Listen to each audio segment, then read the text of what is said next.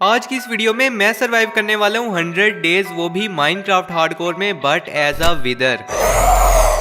तो ये कहानी काफ़ी पुरानी है, जब मैं एक विलेजर था और अपने गांव में बहुत ही आराम से रहता था। और इसी गांव में मेरा एक दोस्त भी था जिसके साथ मैं हर रोज़ जंगल में लकड़ियां काटने जाता था और हमारी ज़िंदगी बहुत ही अच्छी तरह गुजर रही थी। लेकिन एक दिन हमारे साथ कुछ ऐसा होता है। भाई मैं तो थक गया, थोड़ा आराम कर लेता हूँ, तुम कर लो काम। अरे कोई बात नहीं भाई, आप आराम करो, मैं कर लूँगा।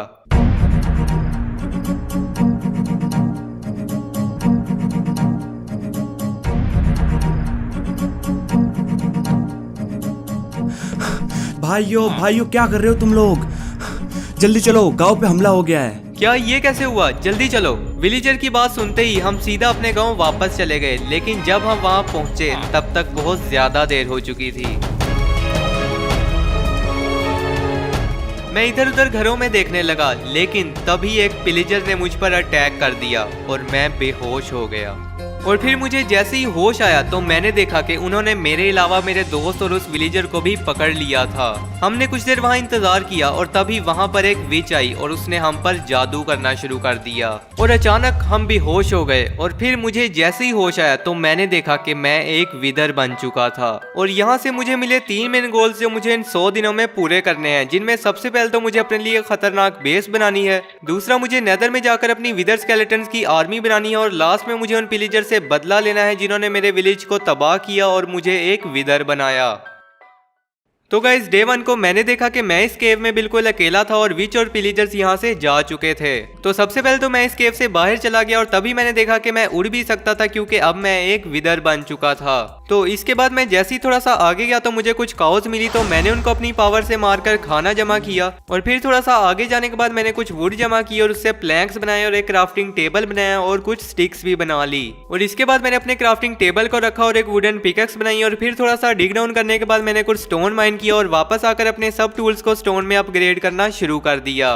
उसके बाद मैं जैसे ही थोड़ा सा आगे गया तो मुझे कुछ काउज और पिग्स दिखाई दिए, तो मैंने उनको मारकर फूड जमा किया। और फिर मैं जैसे ही थोड़ा सा आगे गया तो मुझे एक विलेज दिखाई दिया, तो मैं सीधा उस विलेज में चला गया।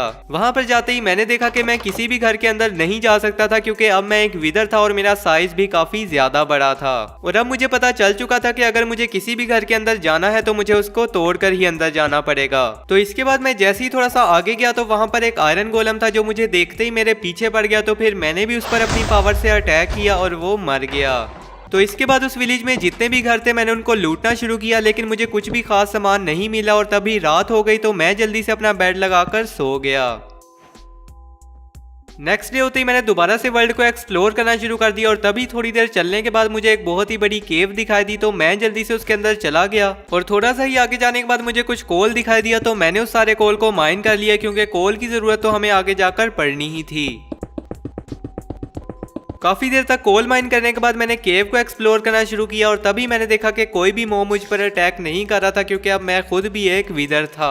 तो इसके बाद मुझे जहां पर भी आयरन नजर आया मैंने उसको माइन करना शुरू कर दिया, क्योंकि अब मुझे अपने लिए आयरन का आर्मर बनाना था और अपने सब टूल्स को भी आयरन में अपग्रेड करना था।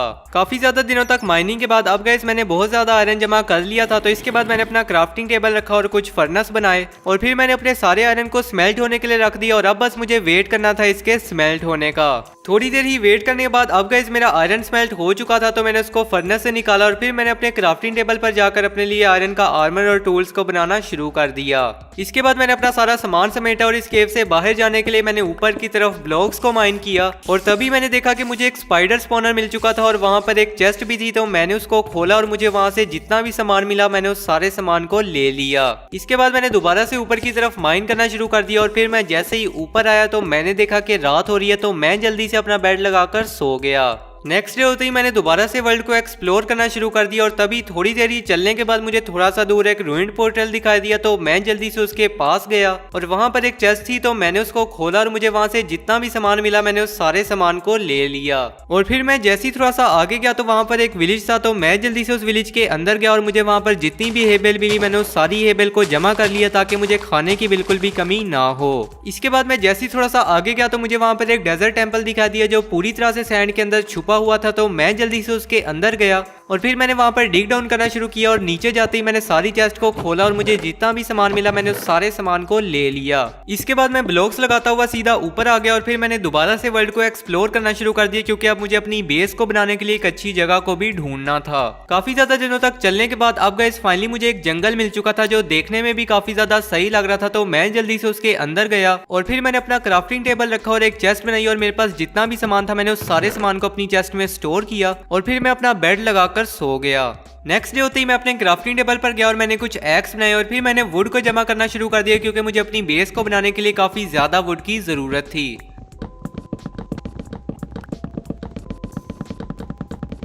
काफी ज्यादा दिनों की मेहनत के बाद अब गाइस मैंने बहुत ज्यादा वुड जमा कर ली थी। तो इसके बाद मैं अपने क्राफ्टिंग टेबल पर गया और मैंने कुछ चेस्ट बनाई और फिर मेरे पास जितनी भी वुड थी मैंने उस सारी वुड को अपनी चेस्ट में स्टोर कर दिया। इसके बाद मैंने अपने लिए एक पिकेक्स बनाई और अपनी चेस्ट से कुछ हे बेल निकाली और कुछ ब्रेड बना ली ताकि मुझे खाने की बिल्कुल भी कमी ना हो। इसके बाद मैंने थोड़ा सा साइड में आकर डिग डाउन किया और फिर नीचे जाने के बाद मैंने स्टोन को माइन करना शुरू कर दिया, क्योंकि गाइस मुझे अपनी बेस को बनाने के लिए काफी ज्यादा स्टोन की भी जरूरत थी। काफी ज्यादा दिनों तक माइनिंग के बाद अब गाइस मैंने बहुत ज्यादा स्टोन माइन कर लिया था। तो इसके बाद मैं सीधा ब्लॉक्स लगाता हुआ ऊपर आ गया और फिर मैं अपनी चेस्ट के पास गया और मेरे पास जितना भी स्टोन था मैंने उस सारे स्टोन को अपनी चेस्ट में स्टोर किया और फिर मैंने देखा कि रात हो रही है तो मैं जल्दी से जाकर सो गया। नेक्स्ट डे होते ही मैंने अपने क्राफ्टिंग टेबल पर जाकर कुछ फर्नेस बनाए और फिर मेरे पास जितना भी कोबल स्टोन था मैंने उस सारे कोबल स्टोन को अपने फर्नेस में डाला और फिर मैंने अपनी चेस्ट से सारी वुड निकाली और मैंने वो सारा सामान बनाना शुरू किया जिससे मैंने अपनी बेस को बनाना था। और फिर मैंने कुछ लीव्स जमा की और कुछ सैंड भी जमा की और फिर मैं लग गया अपनी बेस को बनाने में।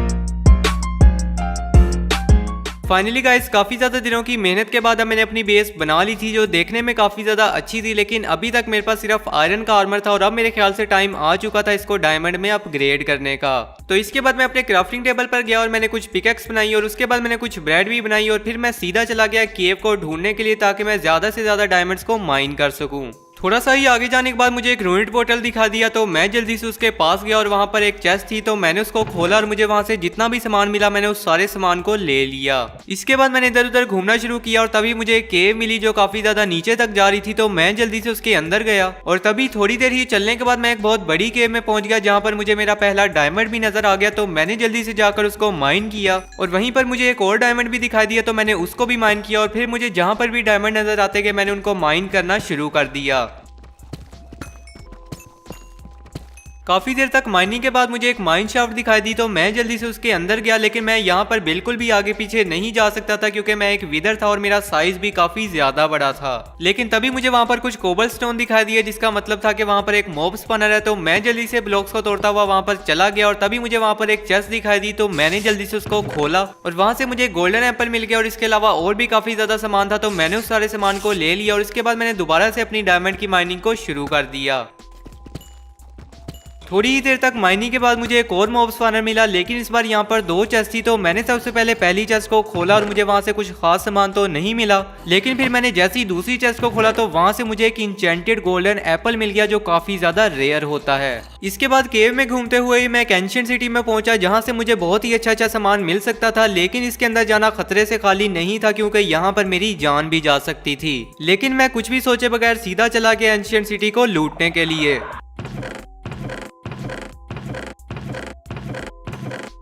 फाइनली गाइस अब मैंने सारी एंशिएंट सिटी को लूट लिया था और मैं उसी जगह पर आ चुका था जहां से मैं वहां गया था, लेकिन अब मेरे पास काफी अच्छा सामान आ चुका था और यहाँ पर मेरे पास 4 इंचेंटेड गोल्डन एप्पल्स आ चुके थे जो काफी ज्यादा रेयर होते हैं। तो इसके बाद मैंने दोबारा से डायमंड्स को माइन करना शुरू कर दिया और अब गाइस काफी ज्यादा दिनों की मेहनत के बाद मैंने 34 डायमंड्स जमा कर लिए थे जिससे मैं अपने लिए डायमंड के टूल्स और आर्मर को बहुत ही आसानी से बना सकता था।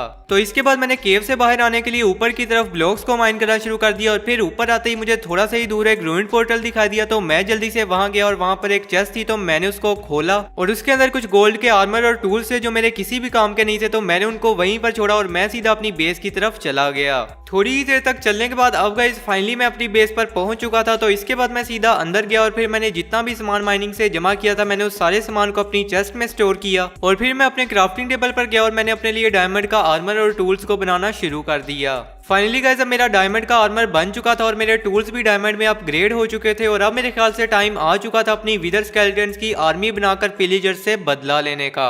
तो इसके बाद मैंने केव में जाकर काफी ज्यादा ऑब्सीडियंस जमा किए ताकि मैं अपने लिए पोर्टल बनाकर सीधा नेदर में जा सकूं। काफी ज्यादा ऑब्सीडियंस माइन करने के बाद मैं सीधा अपनी बेस पर वापस आ गया और फिर थोड़ा सा साइड में जाने के बाद मैंने अपने पोर्टल को बनाना शुरू कर दिया।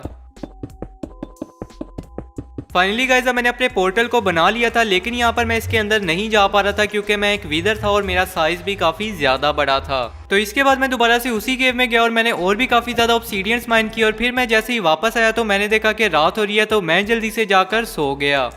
नेक्स्ट डे होते ही मैंने अपने पुराने पोर्टल को तोड़कर नया पोर्टल बनाया और फिर मैंने उसको इग्नाइट किया और मैं सीधा चला गया नेदर में। फाइनली गाइस अब मैं नेदर में आ चुका था और यहाँ पर आते ही मैंने देखा कि जिस पोर्टल से मैं यहाँ पर आया हूँ मैं उससे वापस नहीं जा सकता क्योंकि वो भी काफी ज्यादा छोटा था, जिसका मतलब था कि मुझे इसको भी तोड़कर बड़ा करना पड़ेगा। तो इसके बाद मैं अपने पोर्टल से जैसे ही थोड़ा सा आगे गया तो मुझे वहाँ पर सामने ही नेदर फोर्ट्रेस मिल गया जो मेरे लिए बिल्कुल अनबिलीवेबल था। और यहाँ पर काफी ज्यादा विदर स्केलेटन्स भी थे जिनसे मैं बहुत ही आराम से बात करके इनको अपनी टीम में ले सकता था, लेकिन अगर मैं एक एक विदर स्केलेटन से बात करता तो काफी ज्यादा टाइम लग जाता और मेरी आर्मी भी ज्यादा बड़ी ना बन पाती। तो इसके बाद मैं फोर्ट्रेस से थोड़ा सा दूर आ गया और फिर मैंने सोचा कि क्यों ना एक कैंप बनाया जाए जहां पर मैं विदर स्केलेटन्स को बुलाकर अपनी आर्मी में बुला सकूं। तो बस फिर मैं लग गया उस कैंप को बनाने में। फाइनली गाइस अब मेरा ये छोटा सा कैंप बनकर रेडी हो चुका था और अब बारी थी यहाँ पर विदर स्केलेटन्स को बुलाने की, लेकिन उसके लिए मुझे काफी ज्यादा साइन बोर्ड चाहिए थे ताकि मैं उनको फोर्ट्रेस में लगा सकूं और विदर स्केलेटन्स उसको देखकर मेरी आर्मी को ज्वाइन कर सकें। तो इसके बाद मैंने अपना क्राफ्टिंग टेबल रखा और फिर मेरे पास जितनी भी वुड थी मैंने उससे साइन बोर्ड्स बनाए, लेकिन ये बिल्कुल भी काफी नहीं थे, इसलिए मैं जल्दी से क्रिम्सन फॉरेस्ट में गया और फिर मैंने वहां पर जाकर वुड को जमा करना शुरू कर दिया। फाइनली गाइस मैंने काफी ज्यादा वुड जमा कर ली थी, तो इसके बाद मेरे पास जितनी भी वुड थी मैंने उससे साइन बोर्ड्स को बनाना शुरू कर दिया। काफी ज्यादा साइन बोर्ड्स बनाने के बाद मैं सीधा फोर्ट्रेस की तरफ आ गया और अब बस मुझे यहाँ पे साइन बोर्ड्स को लगाना था। तो बस फिर मैंने अपने सबसे पहले साइन बोर्ड को लगाया और मैंने उस पर लिखा need your help to take revenge. और अब बस मुझे साइन बोर्ड्स पर ये लिखकर इसको सारे फोर्ट्रेस में लगाना था ताकि विदर स्केलेटन्स इसको देखकर मेरी आर्मी को ज्वाइन कर सकें। तो बस फिर मैंने एक एक करके साइन बोर्ड्स को लगाना शुरू कर दिया।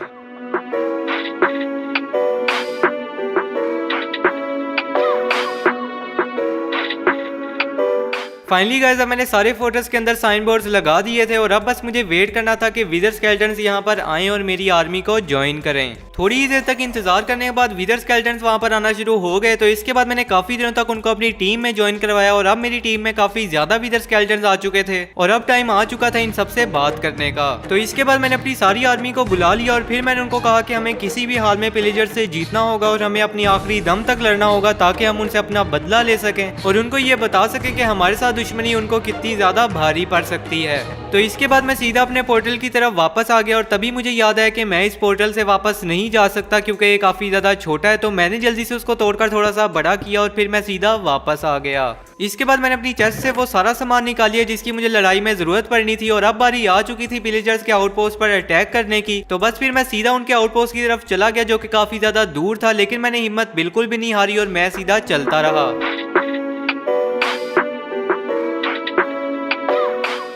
फाइनली गाइस काफी ज्यादा दिनों तक चलने के बाद अब मैं पिलेजर्स के आउटपोस्ट पर पहुंच चुका था, लेकिन मैं उसके पास बिल्कुल नहीं गया ताकि पिलेजर्स मुझे देखकर मुझ पर अटैक ना कर दें। तो इसके बाद मुझे वहां पर एक लावा पूल मिल गया, तो मैंने जल्दी से उस पर पानी डाला और कुछ ऑब्सीडियंस जमा की और इसके बाद मैंने वहां पर एक नेदर पोर्टल बनाना शुरू कर दिया ताकि रात होती ही मेरी विदर स्केलेटन्स की आर्मी यहाँ पर पहुंच जाए। अब गाइस मेरा पोर्टल तो बिल्कुल रेडी था और अब बस मुझे वेट करना था रात होने का और मेरी आर्मी के यहाँ पर पहुंचने का। रात होते ही गाइस मेरी आर्मी वहां पर पहुंचना शुरू हो गई और अब हम बिल्कुल रेडी थे पिलेजर्स पर अटैक करने के लिए और मेरे ख्याल से भी टाइम आ चुका था उनको सबक सिखाने का।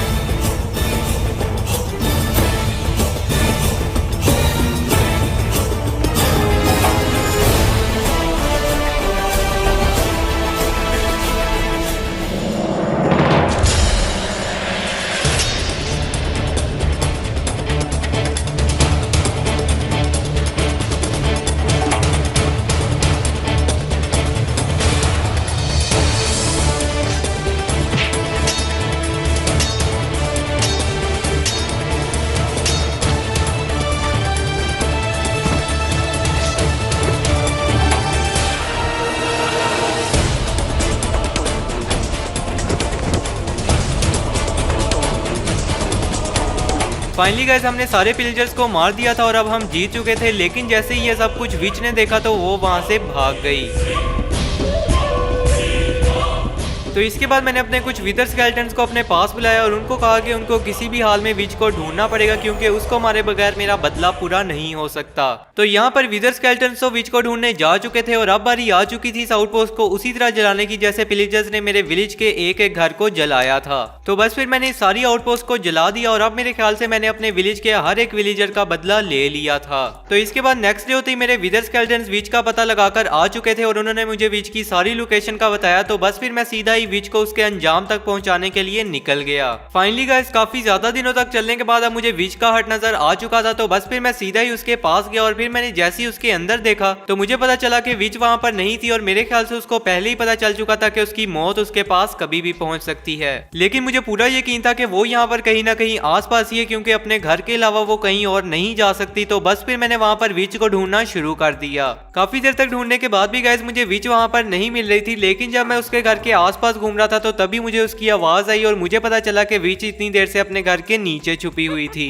और अब तो इसका बचना बिल्कुल नामुमकिन था। तो मैंने जल्दी से इसको वहां से बाहर निकाला और अपनी पावर की मदद से मार दिया। और अब गाइस फाइनली इस विच को मारकर मेरा बदला पूरा हो चुका था। तो इसके बाद मैं सीधा अपनी बेस की तरफ वापस आ गया और जैसे ही मैं वापस आया तो मैंने देखा कि रात हो रही है, तो मैं जल्दी से जाकर सो गया। फाइनली गाइस अब यहाँ पर नेक्स्ट डे हो चुका था और मैंने सरवाइव कर लिए थे पूरे 100 डेज, वो भी एक विदर बनकर। तो अगर आपको ये वीडियो थोड़ी सी भी अच्छी लगी हो तो जल्दी से वीडियो को लाइक कर दें और चैनल पर न्यू है तो सब्सक्राइब कर दें और मैं मिलता हूँ आपसे इसी तरह की एक और अमेजिंग वीडियो में। तब तक के लिए गुड बाय।